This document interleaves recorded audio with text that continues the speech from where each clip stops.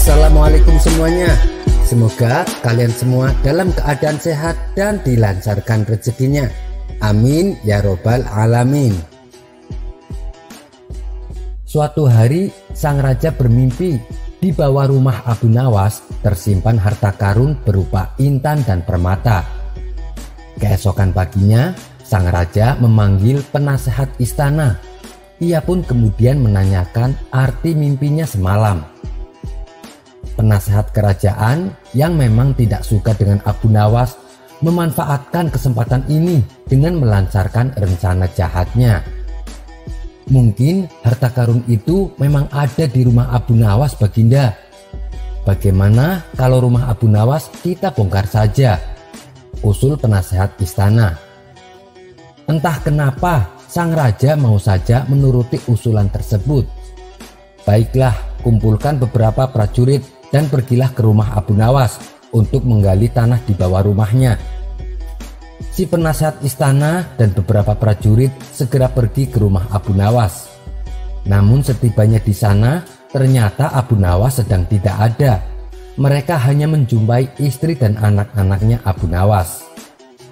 Tanpa menunggu persetujuan Abu Nawas, penasehat istana langsung memberi perintah kepada para prajurit agar segera membongkar rumahnya dan menggali tanah di bawahnya.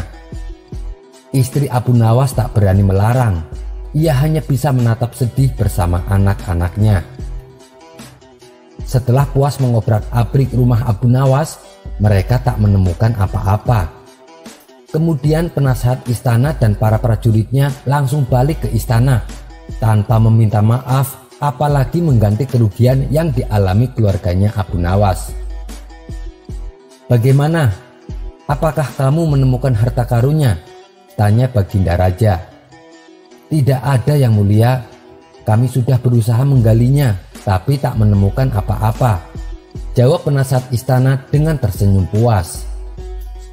Sementara Abu Nawas yang baru pulang mendapati rumahnya sudah berantakan.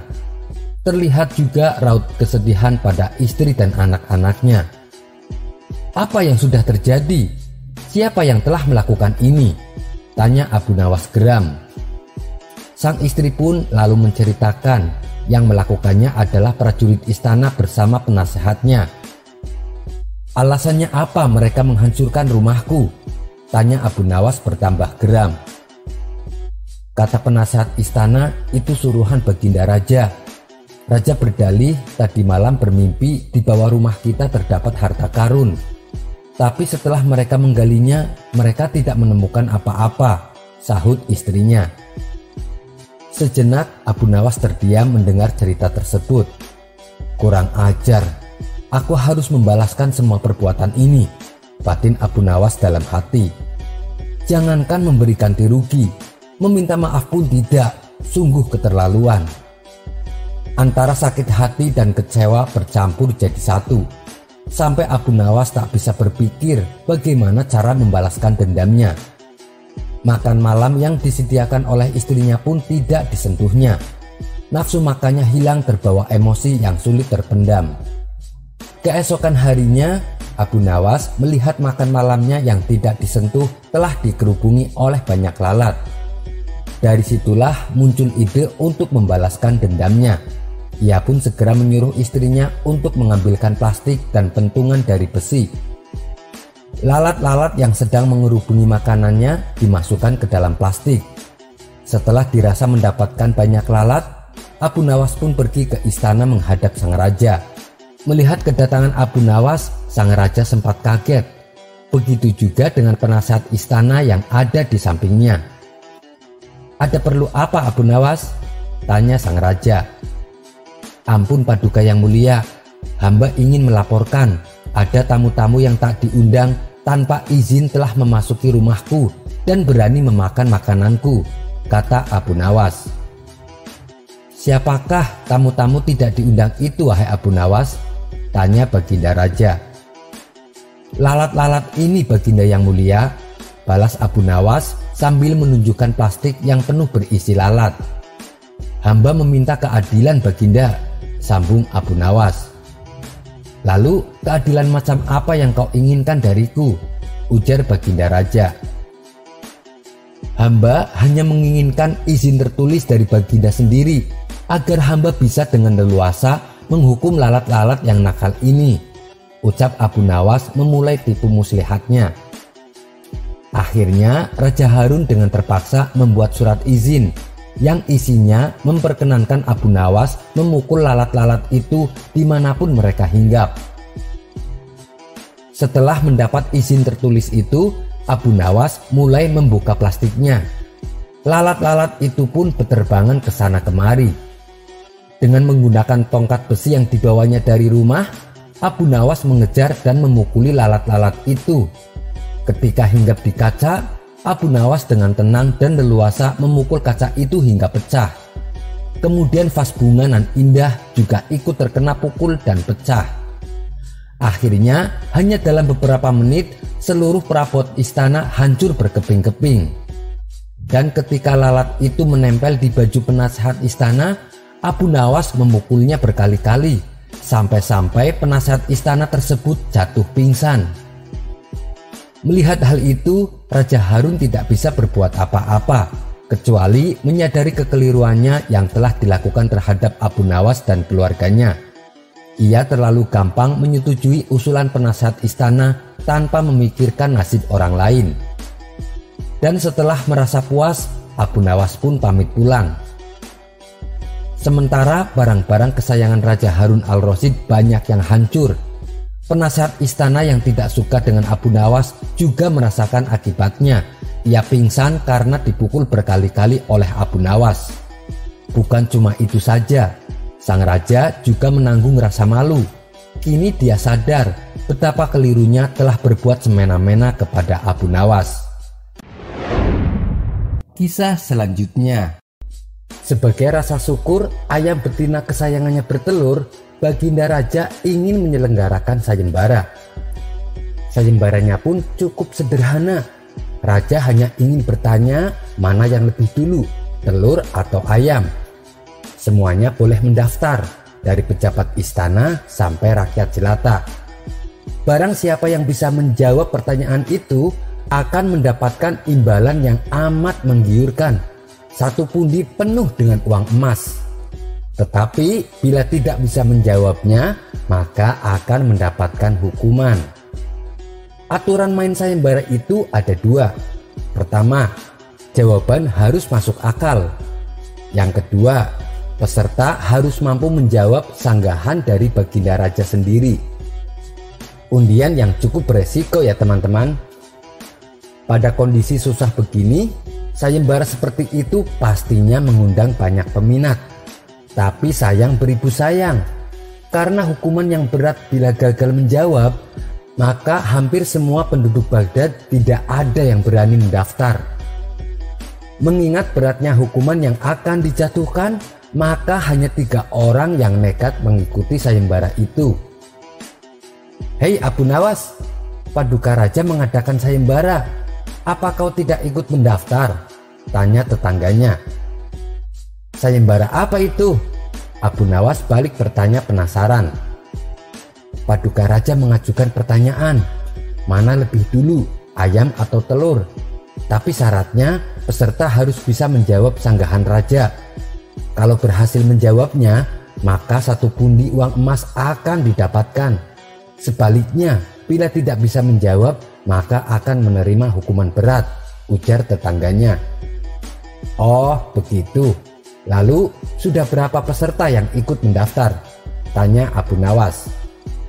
Tetangganya menjawab, yang saya tahu baru 3 orang Abu Nawas. Mengingat risikonya berat, maka orang-orang tidak berani mendaftar. Abu Nawas akhirnya ikut mendaftar sebagai peserta yang keempat. Pada hari yang telah ditetapkan, para peserta sudah siap di depan panggung.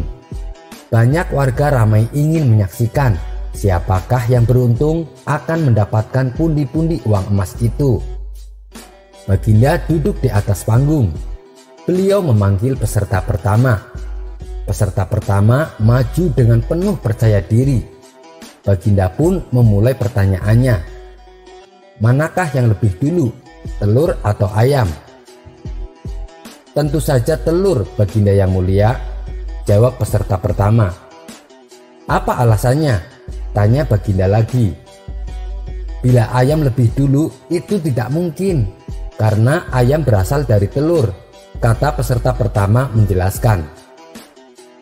Kalau begitu, siapa yang mengerami telur? Sanggah Baginda kembali. Peserta pertama mendadak pucat pasi. Ia tidak bisa menjawab. Walhasil ia pun dijebloskan ke dalam penjara. Kemudian peserta kedua maju menghadap Baginda dan berkata, "Paduka yang mulia, sebenarnya telur dan ayam tercipta dalam waktu yang bersamaan." "Bagaimana mungkin bisa bersamaan?" tanya Baginda.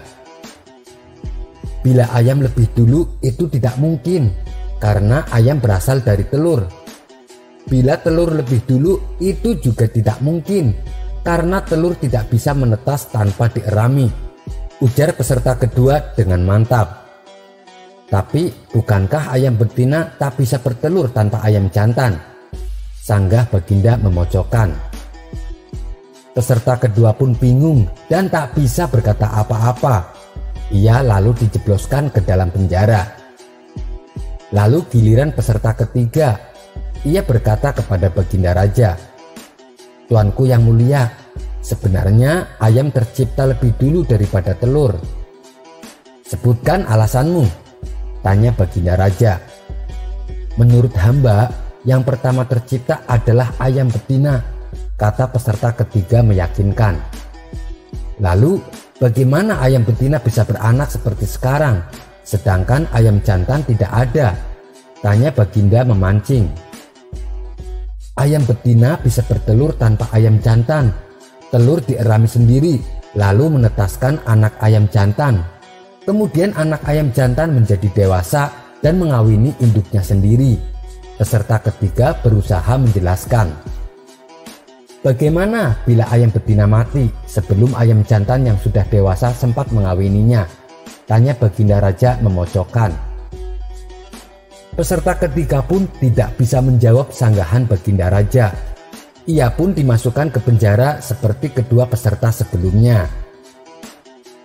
Peserta yang keempat diharap berdiri dan menghadap Paduka Raja, ucap pembawa acara sayembara. Abu Nawas pun berdiri dan melangkahkan kakinya. Orang-orang beramai memberikan tepuk tangan. Mereka penasaran jawaban apa yang akan dikatakan oleh Abu Nawas. Sejenak sang raja kaget melihat Abu Nawas ikut mendaftar sayembara. Tapi ia yakin kali ini Abu Nawas tak akan bisa menjawab sanggahannya. Dan ini adalah saat yang tepat untuk menjebak Abu Nawas, pikir sang raja. "Wahai Abu Nawas, mana yang lebih dulu, telur atau ayam?" tanya Baginda Raja. "Tentu saja telur lebih dulu," jawab Abu Nawas. "Apa alasanmu?" tanya Baginda Raja kembali. "Begini Baginda, ayam bisa mengenal telur, sebaliknya telur tidak mengenal ayam," kata Abu Nawas singkat. Agak lama Baginda Raja termenung. Lagi-lagi Baginda Raja kalah cerdik. Ia tidak bisa menyanggah jawaban Abu Nawas. Walhasil Abu Nawas berhasil mendapatkan hadiah uang emas. Penonton pun bersorak memuji kecerdasan Abu Nawas. Kisah selanjutnya. Tidak seperti biasanya, hari itu Baginda tiba-tiba menyamar menjadi rakyat biasa. Beliau ingin mengetahui kondisi rakyatnya yang sebenarnya, bukan hanya dari laporan para menterinya. Baginda mulai keluar istana dengan pakaian yang amat sederhana, layaknya seperti rakyat jelata. Ketika Baginda tiba di sebuah perkampungan, beliau melihat beberapa orang berkumpul di suatu tempat. Setelah Baginda mendekat, ternyata seorang ulama sedang menyampaikan kajian tentang alam barzah. Tak lama kemudian, ada seorang yang datang dan ikut duduk bersama jamaah. Orang itu lantas bertanya kepada sang ulama, "Wahai Syekh, saya pernah ke makam orang kafir dan mengintip kuburnya. Tapi saya tidak mendengar teriakan-teriakan ataupun melihat penyiksaan-penyiksaan yang katanya sedang dialaminya. Lalu bagaimana cara membenarkan sesuatu yang tidak sesuai dengan apa yang dilihat mata?" Dengan tersenyum ulama itu menjawab, untuk mengetahui yang demikian itu harus dengan panca indera yang lain. Kamu pernah duduk di samping temanmu yang sedang tidur, bukan? Kadangkala temanmu saat itu dalam tidurnya sedang bermimpi digigit ular, diganggu dan sebagainya. Temanmu juga merasa sakit dan takut ketika itu, bahkan berteriak dan lari sekencang-kencangnya. Sedangkan engkau yang duduk di dekatnya menyaksikan keadaannya seolah tidak terjadi apa-apa. Padahal apa yang dilihat serta dialami temanmu dalam mimpi sedang dikelilingi ular-ular. Maka jika masalah mimpi yang remeh saja sudah tidak mampu mata melihatnya, mungkinkah engkau bisa melihat apa yang terjadi di alam barzah? Baginda Raja terkesan dengan penjelasan ulama itu, sehingga Baginda memutuskan untuk mengikuti pengajian tersebut sampai selesai. Kini ulama itu melanjutkan kajiannya tentang alam akhirat. Dikatakan bahwa di surga tersedia berbagai macam kenikmatan, termasuk adanya bermacam-macam perhiasan yang keindahannya tidak ada duanya di dunia ini. Salah satu perhiasan yang paling indah adalah mahkota surga yang terbuat dari cahaya. Semua perhiasan di surga tak ada yang bisa menandingi keindahannya. Saking indahnya, maka satu mahkota jauh lebih bagus dari dunia dan seisinya. Begitu pengajian selesai, Baginda Raja memilih untuk balik ke istana. Setelah sehari berlalu, Baginda masih terkesan dengan ceramah sang ulama tempo hari. Apalagi sewaktu membahas tentang mahkota surga. Betapa sangat beruntung orang yang mendapatkannya, ujar Baginda dalam hati. Saat sedang asik membayangkan mahkota surga, tiba-tiba terlintas di benak Baginda sosok Abu Nawas. Nah, ini dia kesempatan baik untuk menguji kecerdikan Abu Nawas, ucap Baginda. Prajurit, segera perintahkan Abu Nawas untuk secepatnya datang kemari. Beberapa orang prajurit dengan sigap langsung pergi menuju rumah Abu Nawas.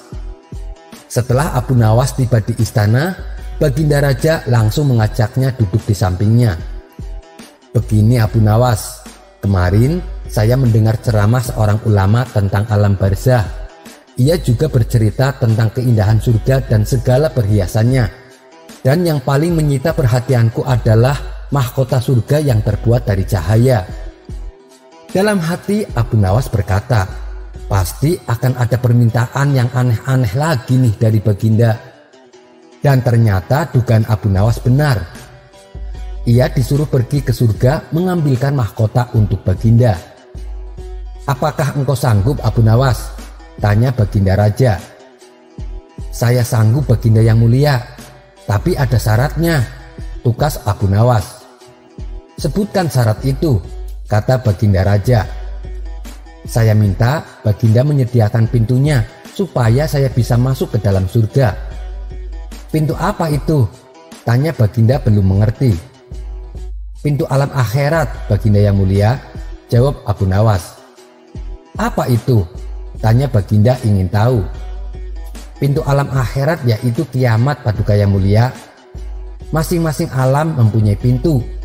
Pintu alam dunia adalah rahim ibu, pintu alam barzah adalah kematian, dan pintu alam akhirat adalah kiamat. Surga berada di alam akhirat. Bila Baginda masih tetap menghendaki saya mengambilkan mahkota di surga, maka Paduka harus membuat dunia menjadi kiamat terlebih dahulu. Mendengar penjelasan Abu Nawas, Baginda Raja pun terdiam. Di sela-sela kebingungan Baginda Raja, Abu Nawas bertanya lagi, masihkah Baginda menginginkan mahkota dari surga? Baginda Raja tidak menjawabnya. Beliau hanya diam 1000 bahasa. Sejenak kemudian, Abu Nawas mohon diri dan pergi dari hadapan sang raja. Kisah selanjutnya. Diceritakan ada seorang saudagar kaya mempunyai kolam yang airnya sangat dingin. Konon tidak seorang pun yang tahan berendam di dalamnya berlama-lama, apalagi hingga separuh malam. Saudagar itu pun membuat sayembara. Siapa yang berani berendam semalam di kolamnya akan diberi hadiah sebanyak 10 dinar. Ajakan tersebut mengundang banyak orang untuk mencobanya, namun tidak ada yang mampu bertahan, paling lama sampai jam 12 malam. Pada suatu ketika, ada seorang pengemis mendatangi rumah saudagar itu. "Tuan, berilah hamba sedekah," ucap si pengemis. "Bagaimana kalau kamu mengikuti sayembara saja yang sedang saya adakan?" sahut saudagar kaya. "Kalau kamu lolos, kamu bisa pulang membawa uang banyak, yaitu 10 dinar. Yang perlu kamu lakukan hanya berendam di kolamku dari malam sampai pagi. Bila kamu bertahan, berarti kamu menang." Kemudian si pengemis mencelupkan kedua tangan dan kakinya ke dalam kolam. "Air kolam ini dingin sekali," kata si pengemis dalam hati.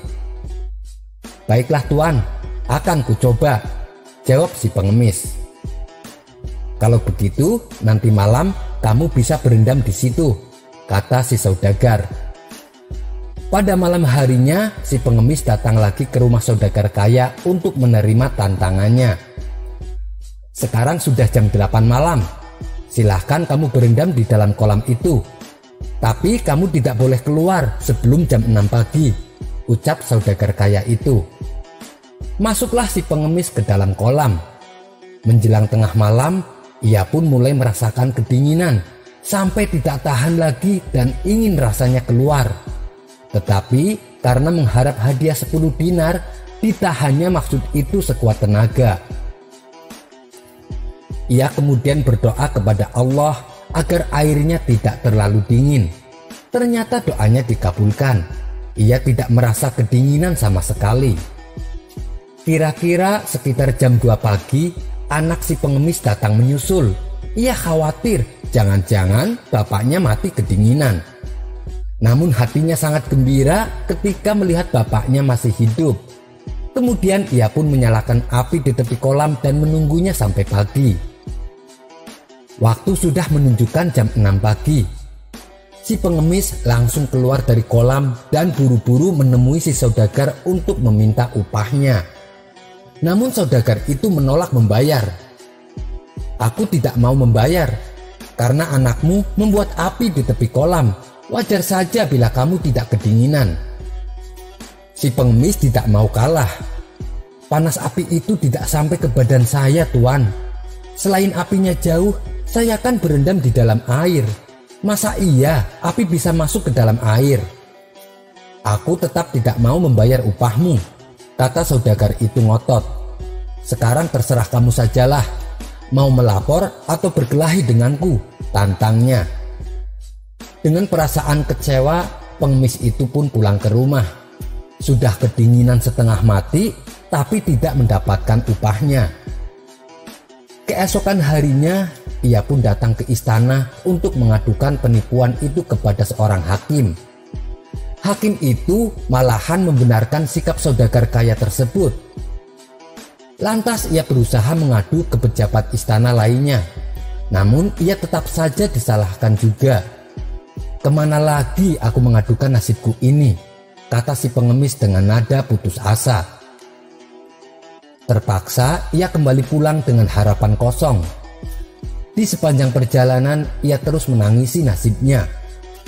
"Hei Pak Tua, kenapa kau terlihat murung? Padahal cuacanya sedemikian cerah." Tiba-tiba seseorang menegur si pengemis. Ternyata orang itu adalah Abu Nawas. "Memang benar, hamba sedang dirundung malang, Tuan," jawab si pengemis. Lantas ia pun menceritakan musibah yang menimpa pada dirinya.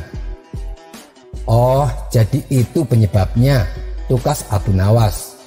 "Insya Allah aku dapat membantumu menyelesaikan masalahmu. Besok datanglah ke rumahku dan lihatlah caraku. Niscaya kamu menang dengan izin Allah." "Terima kasih banyak Tuan, hanya Tuan yang bersedia menolongku," kata si pengemis dengan mata berbinar. Lantas keduanya pun berpisah. Abu Nawas yang rencananya akan pulang ke rumah mengurungkan niatnya. Ia memutuskan untuk datang ke istana menghadap sang raja. "Apa kabar hai Abu Nawas?" sapa Baginda begitu melihat kehadiran Abu Nawas. Ada keperluan apa datang kemari? Alhamdulillah, kabar saya baik Yang Mulia, jawab Abu Nawas. Jika tidak keberatan, Baginda saya undang ke rumah sebab saya punya hajat. Kapan waktunya? Beritahu aku pasti akan datang, sahut Baginda Raja.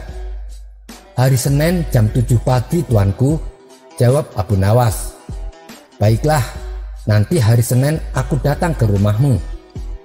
Sepulangnya dari istana, Abu Nawas melancarkan misi yang kedua, yaitu mendatangi rumah saudagar yang punya kolam.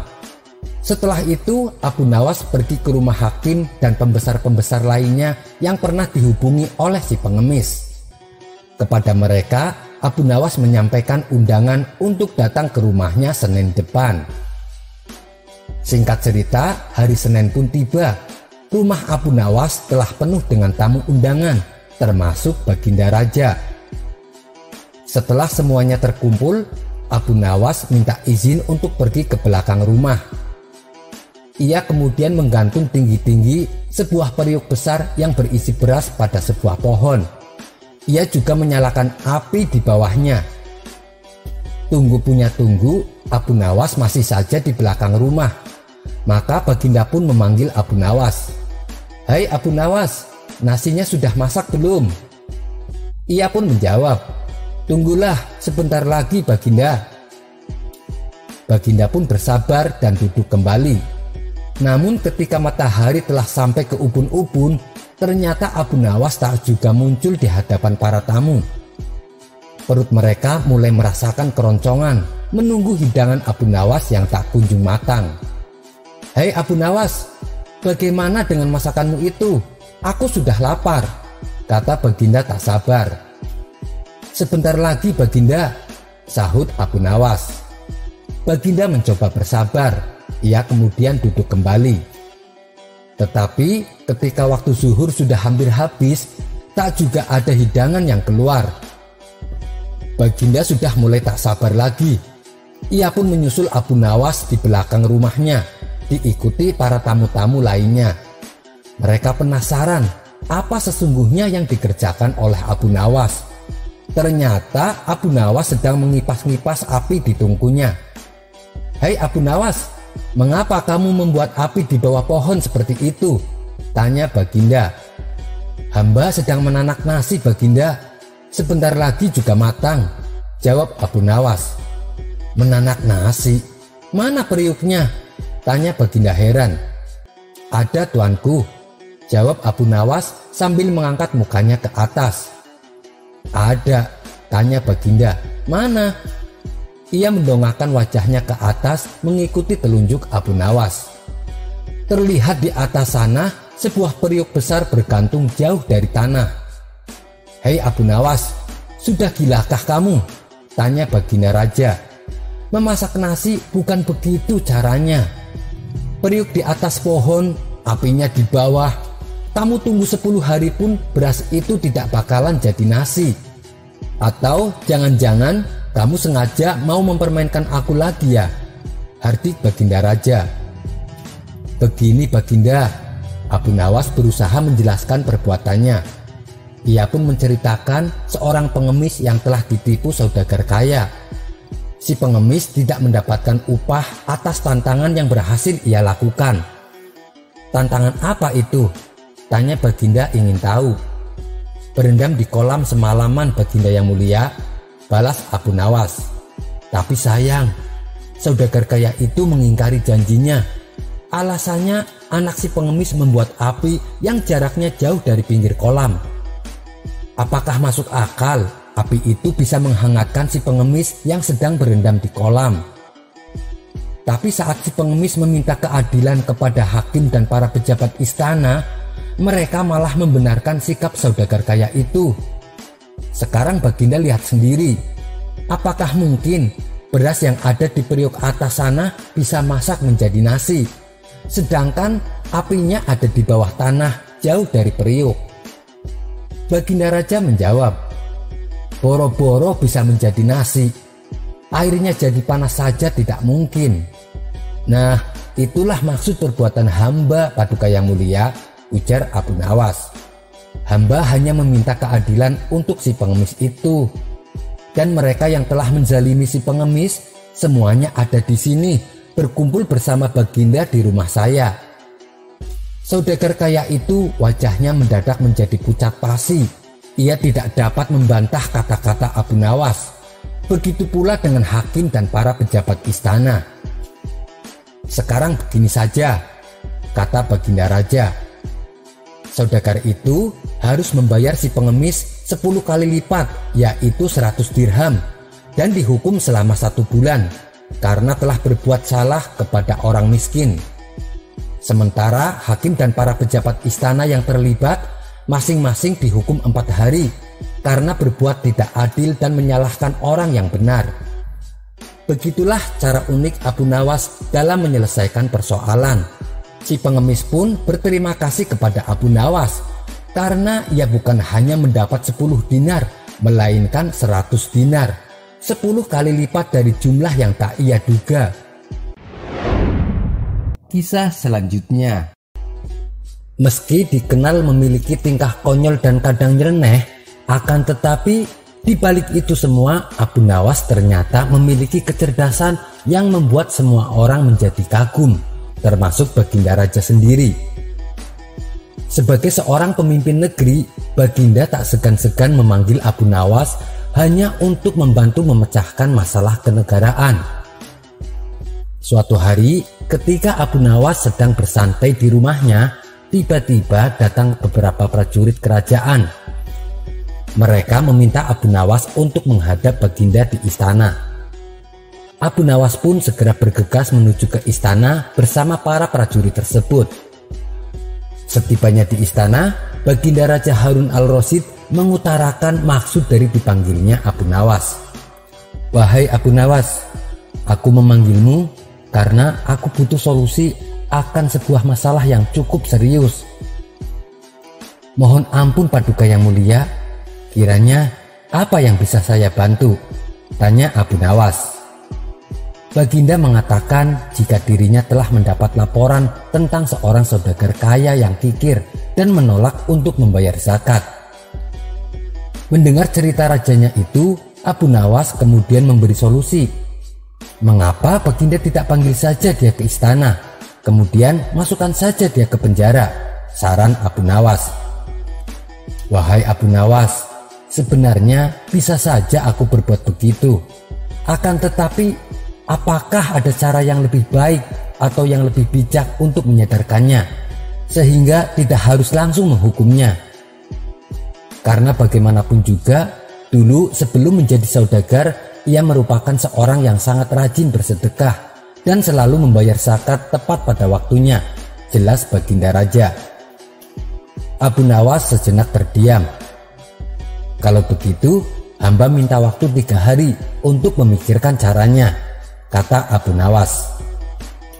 Karena merasa percaya jika Abu Nawas dapat menyelesaikan masalah tersebut, Baginda pun memberi Abu Nawas waktu selama 3 hari, seperti yang ia inginkan. Abu Nawas pun kemudian meminta izin pamit pulang kepada Baginda Raja. Sepanjang perjalanan menuju rumahnya, Abu Nawas mulai memutar otak untuk mencari jalan keluar yang tepat. Padahal Abu Nawas sendiri menginginkan agar sang saudagar kaya itu segera dipenjara, sebab saudagar itu memang terkenal sangat pelit dan enggan membayar zakat, sehingga orang-orang di sekitarnya pun banyak yang membencinya. Tetapi karena keinginan Abu Nawas tidak sejalan dengan pemikiran Baginda Raja, mau tidak mau Abu Nawas harus menemukan cara lain yang sesuai dengan perintah Baginda, yaitu tanpa harus menggunakan kekerasan. 3 hari kemudian, Abu Nawas sudah menemukan cara tersebut. Ia pun segera bergegas menuju istana untuk menyampaikan solusinya kepada Baginda Raja. Melihat kedatangan Abu Nawas, Baginda langsung bertanya, "Wahai Abu Nawas, apakah engkau sudah menemukan caranya?" tanya Baginda penasaran. "Sudah Paduka yang mulia, hamba sudah menemukan caranya." "Baiklah, coba beritahu aku caranya," tukas Baginda Raja. "Caranya adalah saya dan Baginda Raja jadi pengemis. Lalu kita mengemis di rumah saudagar kaya yang pelit itu. Apakah Baginda bersedia? Tanya Abu Nawas. Meski Baginda merasa ragu akan ide konyol Abu Nawas itu, namun karena ingin menyadarkan saudara pelit tersebut, akhirnya Baginda Raja bersedia. Dengan mengenakan baju layaknya seorang pengemis, Abu Nawas dan Baginda Raja pergi menuju rumah saudagar pelit itu. Setibanya di rumah saudagar, mereka berdua tidak langsung mendatangi rumahnya. Mereka terus mengawasi sampai saudagar tersebut benar-benar ada di rumahnya. Beberapa saat kemudian, saudagar itu keluar dan duduk di teras rumahnya. Melihat hal tersebut, Abu Nawas dan Baginda Raja segera menghampirinya dan mengucapkan salam kepada saudagar itu. "Wahai Tuan, apakah Anda memiliki uang receh?" tanya Abu Nawas. "Tidak ada," bentak saudagar kikir dengan nada tinggi. "Kalau begitu, apakah Tuan punya pecahan roti kering, sekedar untuk mengganjal perut kami?" tanya Abu Nawas kembali. "Tidak ada," kata saudagar semakin kasar. "Baiklah, kalau begitu, bolehkah kami minta segelas air saja? Kami sangat haus, Tuan," kata Abu Nawas. "Rupanya kalian ini tidak sadar juga. Sudah aku bilang dari tadi, aku tidak punya apa-apa," kata saudagar itu mulai jengkel.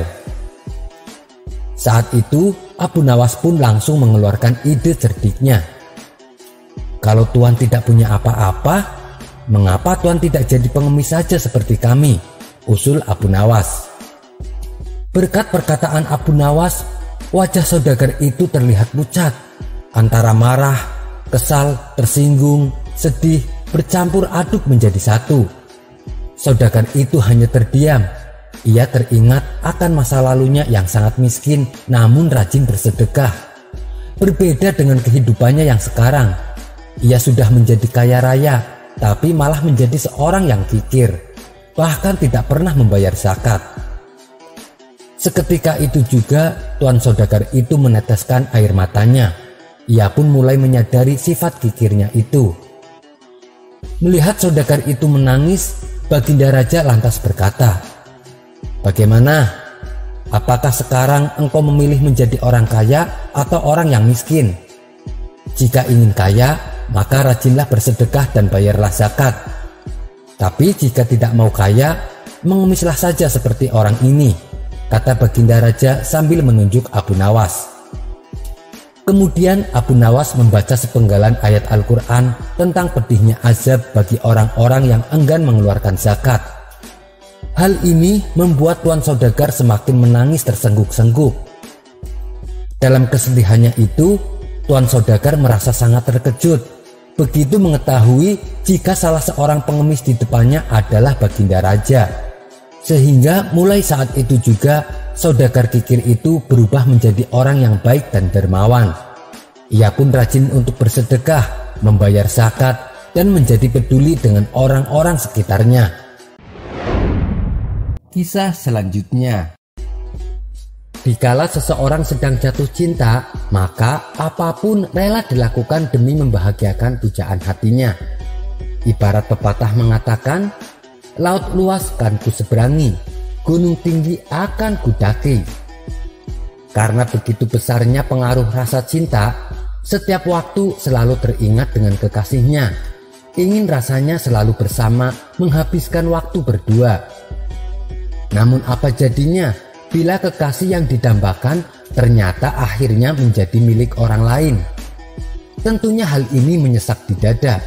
Hatinya hancur tak terkira, menyisakan goresan luka hati yang sulit disembuhkan. Seperti yang menimpa pada pemuda ini. Sebut saja namanya Hasim. Suatu hari, Hasim yang sedang patah hati berjalan lunglai di salah satu lorong perkampungan. Perempuan yang diidam-idamkan sejak dulu memilih orang lain untuk menjadi pasangan hidup. Baginya sulit melupakan sang mantan karena sudah bertahun-tahun menjalin hubungan. Namun takdir berkata lain terhadap hubungan mereka. Beberapa bulan lamanya Hasim belum juga bisa move on. Bayangan wajah mantan kekasihnya belum juga hilang dari ingatan. Berbagai cara telah dicoba, namun ia masih belum bisa melupakan mantan kekasihnya. Semakin berusaha keras mencoba melupakan, bayangan kekasihnya justru semakin nyata. Hasim pun hanya bisa pasrah dengan keadaan ini. Tiap malam ia hanya bisa menangis, teringat akan kekasihnya yang sudah jadi milik orang lain. Suatu hari, salah seorang teman karibnya mengusulkan untuk berkonsultasi dengan Abu Nawas. Coba kamu minta saran pada Abu Nawas. Siapa tahu dia punya cara yang tepat tentang problem yang kamu hadapi saat ini. Hasim pun menuruti saran temannya itu. Ia juga meminta temannya untuk mengantarkan ke rumah Abu Nawas. Mendengar pintu rumah diketuk, Abu Nawas segera membuka pintu dan mempersilahkan keduanya masuk. Dengan menahan tangisnya, Hasim pun lalu bercerita kepada Abu Nawas tentang problem yang ia hadapi.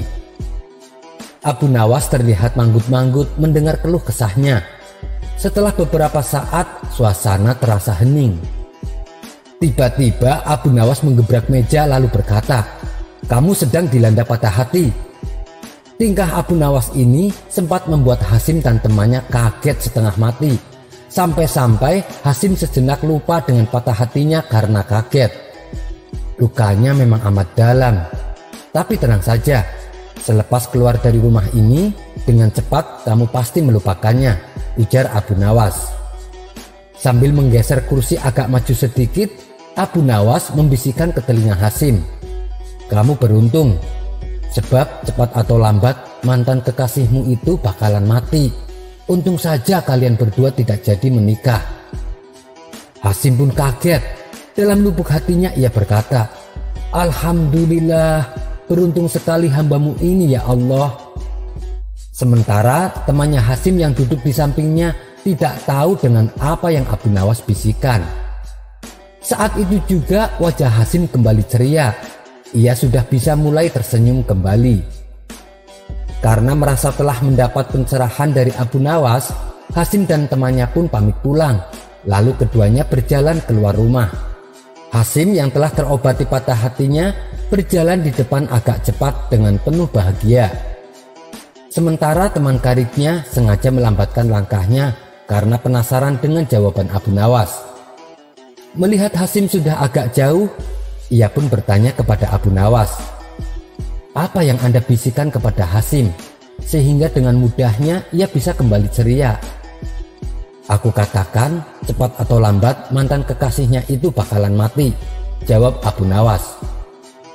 Dengan heran teman karibnya kembali bertanya, "Bagaimana Anda bisa tahu kalau mantan kekasihnya akan mati?" Sambil tersenyum Abu Nawas menjawab, "Bukankah cepat atau lambat manusia pasti menemui ajalnya?" Mendengar penjelasan Abu Nawas, ia pun ikut tersenyum. Lalu ia berjalan cepat menyusul Hasim yang kini sudah terlihat ceria.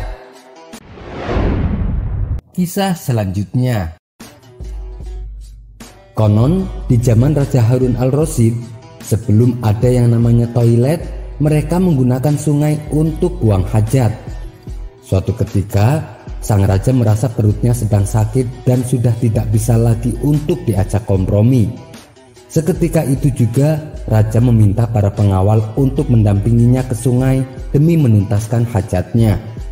Kebetulan sungai di situ mengalir ke arah selatan. Sudah menjadi kebiasaan di kalangan masyarakat, jika sang raja sedang buang hajat di sungai, maka rakyat dilarang keras buang hajat di sebelah utaranya raja. Karena dikhawatirkan kotoran tersebut akan mengalir ke arah selatan dan mengenai badan sang raja. Bagi yang melanggar, maka akan mendapatkan hukuman berat dari sang raja. Namun kali ini peraturan tersebut tidak diindahkan oleh Abu Nawas. Abu Nawas dengan santainya juga ikut buang hajat di sebelah utara agak jauh dari sang raja. Di saat sedang asik buang hajat, tiba-tiba saja ada suatu benda yang menyenggol pantat raja. Tanpa berpikir panjang, benda tersebut langsung dipegang dan dilihat oleh sang raja. Alangkah kagetnya, ternyata benda tersebut adalah kotoran manusia. Kontan saja hal itu membuat sang raja naik pitam. Dan seketika itu juga raja menyuruh para pengawal untuk menyusuri sungai di belahan utara dan mencari tahu siapa orang yang buang hajat. Benar saja, di sebelah utara agak jauh dari posisi sang raja, terlihat sosok Abu Nawas sedang buang hajat dengan santainya. Saat itu juga para pengawal langsung menangkap dan membawanya ke hadapan raja untuk dihukum. Ketika di hadapan raja, Abu Nawas memprotes pada raja kenapa dia ditangkap dan akan dihukum. Raja pun menjelaskan bahwa perbuatan Abu Nawas telah melecehkan privasinya dan menginjak-injak harga dirinya sebagai seorang raja. Kamu memang keterlaluan, Abu Nawas. Berani-beraninya kamu buang hajat di sebelah utaraku sehingga kotoranmu mengenai badanku. Kini kamu harus menerima hukuman dariku, bentak sang raja. Maaf, tunggu sebentar Paduka yang mulia, sela Abu Nawas. Ada apa? Kali ini tidak ada lagi ampunan bagimu, Abu Nawas, sahut sang raja geram. Tunggulah sebentar, tolong beri saya kesempatan untuk menjelaskannya. Saya melakukan itu semua karena saya sangat menghargai engkau Paduka yang mulia, kata Abu Nawas. Mendengar hal itu, Raja Harun al-Rasyid pun langsung sedikit tertegun dengan apa yang disampaikan oleh Abu Nawas. Perbuatan seperti itu kamu bilang malah menghormati aku, tanya raja keheranan. Begini Paduka yang mulia, jelas Abu Nawas. Selama ini kan jika Baginda mengadakan perjalanan baik dengan rakyat ataupun bersama pengawal, tidak ada satupun dari mereka yang berani mendahului jalannya raja. Begitu juga dengan hamba Paduka yang mulia. Ketika saya ikut rombongan Baginda, posisi ketika berjalan saya tidak berani mendahului Baginda. Itu saya lakukan karena saya menjaga tata krama dan sopan santun kepada Baginda, bela Abu Nawas. Iya, itu bagus. Tapi apa hubungannya dengan perbuatanmu sekarang ini? Tanya sang raja. Begini Paduka yang mulia, saya ingin menghormati Paduka tidak setengah-setengah. Ketika saya buang hajat, saya memilih di sebelah utara Baginda. Dan hal ini saya lakukan karena saya khawatir jika di sebelah selatan Baginda, maka nanti kotoran saya tidak sopan kepada kotoran Baginda, karena sudah berani berjalan mendahului kotorannya Baginda. Itu semua saya lakukan karena rasa hormat saya kepada kotoran Baginda, jelas Abu Nawas. Mendengar penjelasan Abu Nawas, raja pun malah tertawa terbahak-bahak. Dia tidak jadi marah dan menghukum Abu Nawas. Akan tetapi Abu Nawas malah diberi hadiah karena alasannya masuk akal dan juga telah menghibur dirinya. Kisah selanjutnya. Pada pertemuan kali ini akan bercerita tentang kecerdikan Abu Nawas ketika diperintah menghitung umur kematian seorang tahanan. Kisah ini dimulai dengan diadakannya hajatan besar-besaran di negeri Baghdad. Tersebutlah nama Raja Harun al-Rasyid yang punya niat merayakan pesta hari jadi kerajaan. Raja berniat untuk merayakan pesta bersama dengan rakyatnya. Dan hari yang dinanti pun telah tiba. Rakyat telah berkumpul di depan istana kerajaan. Setelah beberapa saat rakyat menunggu, akhirnya sang raja menyampaikan pidatonya. Wahai rakyatku, dengarkanlah. Hari yang penuh bahagia ini, aku akan memberikan hadiah kepada fakir miskin. Bukan hanya itu saja, aku juga akan memberi pengampunan bagi para tahanan, yaitu berupa keringanan hukuman. Bagi mereka yang telah menjalani hukuman penjara akan mendapatkan potongan masa tahanan, setengah dari sisa hukuman yang akan ia jalani. Mendengar itu rakyat sangat gembira dan bersukacita, diiringi riuhnya tepuk tangan. Terlihat jelas gelak tawa dan wajah ceria rakyatnya saat mereka menyantap makanan dan minuman yang telah disiapkan untuk acara pesta tersebut. Beberapa saat kemudian acara dilanjutkan dengan pemberian hadiah yang dilaksanakan oleh para pegawai kerajaan. Hadiah bingkisan sembako diberikan kepada fakir miskin, Setelah semua fakir miskin mendapatkan bagiannya, kemudian baginda memanggil para tahanan satu persatu. Giliran pertama jatuh kepada seorang tahanan yang bernama Sofyan. Maka raja mengajukan pertanyaan. "Siapa namamu?" tanya sang raja. "Nama hamba Sofyan Paduka Yang Mulia," jawab tahanan tersebut. "Sofyan, berapa lama hukuman yang telah divonis untukmu?" tanya baginda raja. "Hamba divonis selama 2 tahun penjara Paduka Yang Mulia," jawab Sofyan. "Berapa lama kamu sudah melewati hukuman itu?" tanya raja kembali. "Hari ini terhitung 1 tahun baginda Yang Mulia," jawab Sofyan.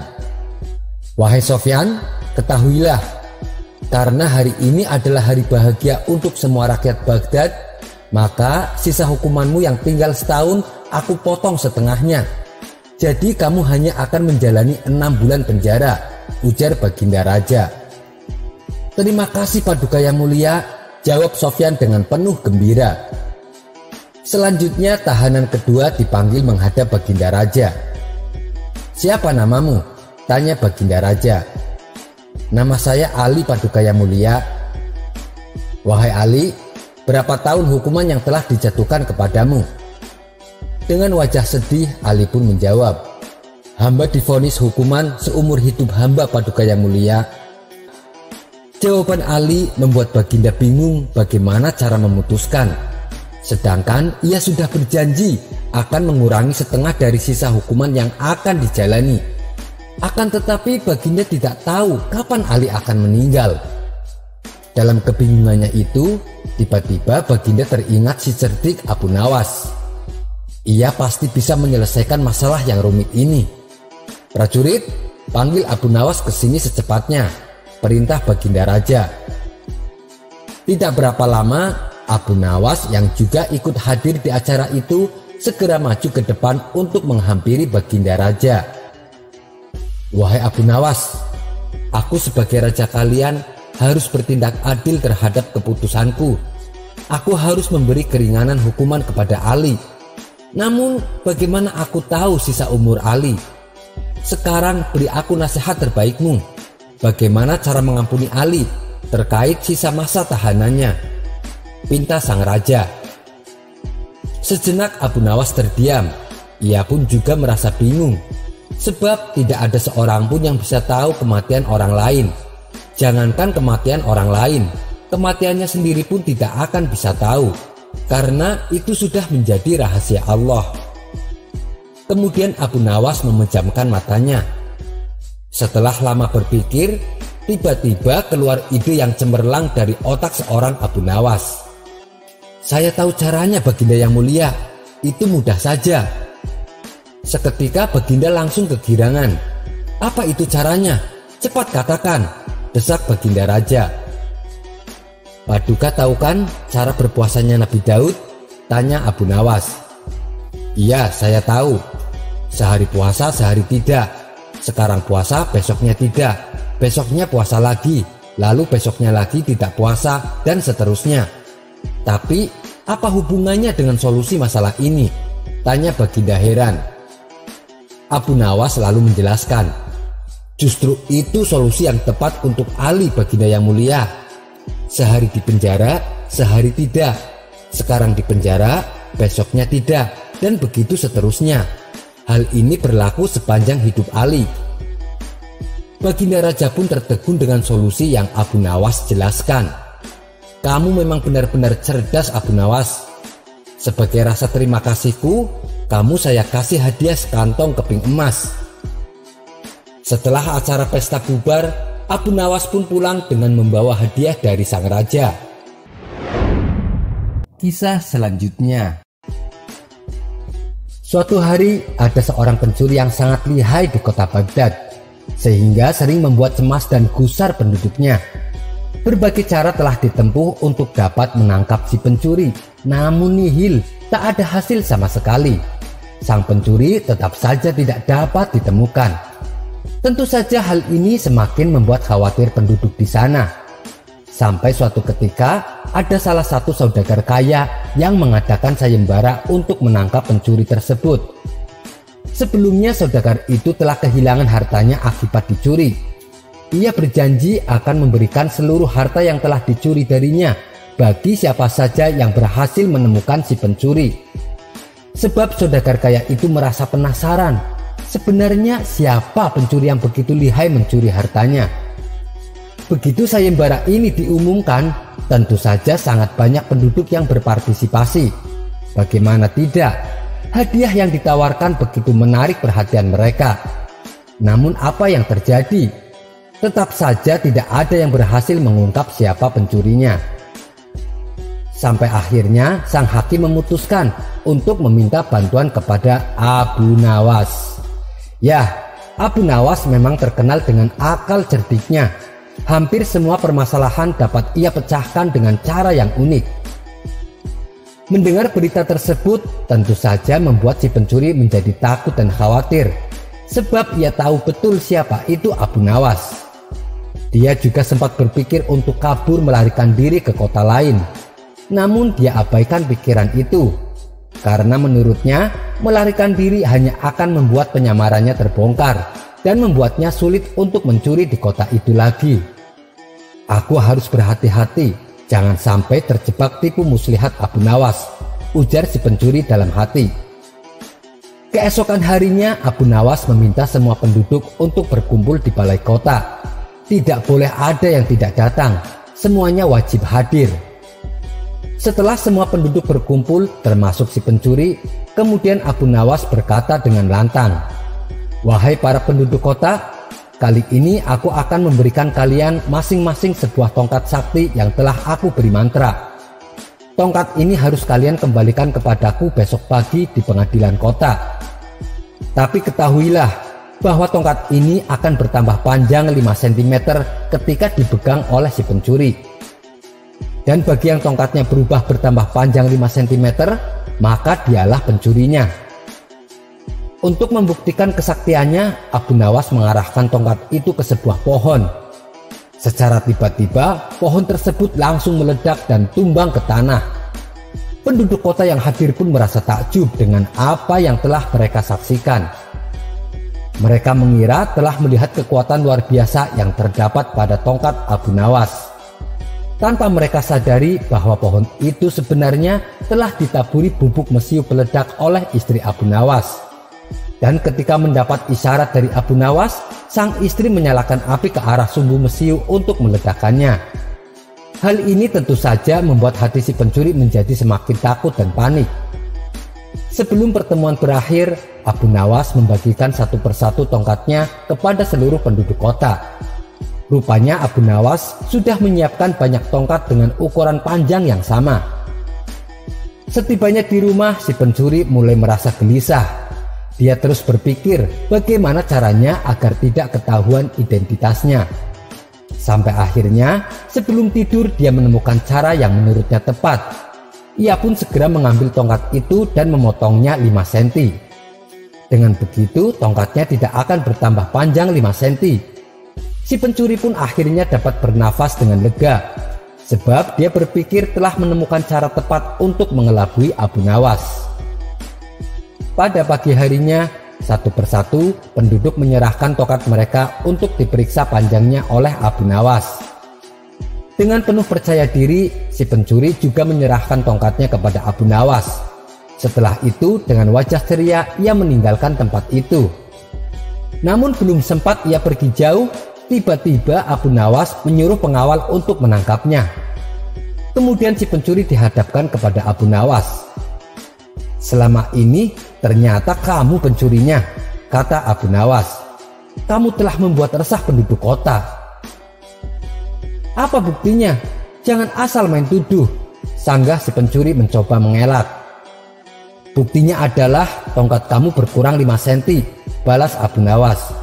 "Kamu pasti potong tongkat itu 5 cm untuk mengelabui aku dan berharap tongkatnya tidak bertambah panjang agar kamu tidak ketahuan sebagai pencurinya.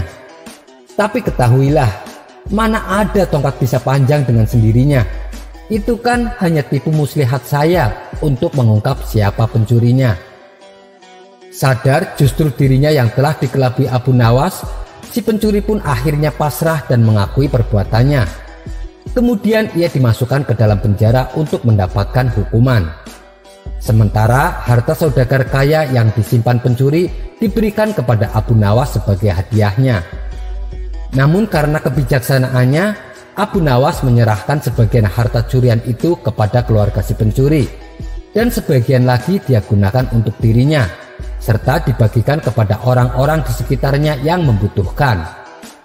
Sekian dulu perjumpaan kita kali ini. Sampai bertemu lagi di kisah selanjutnya.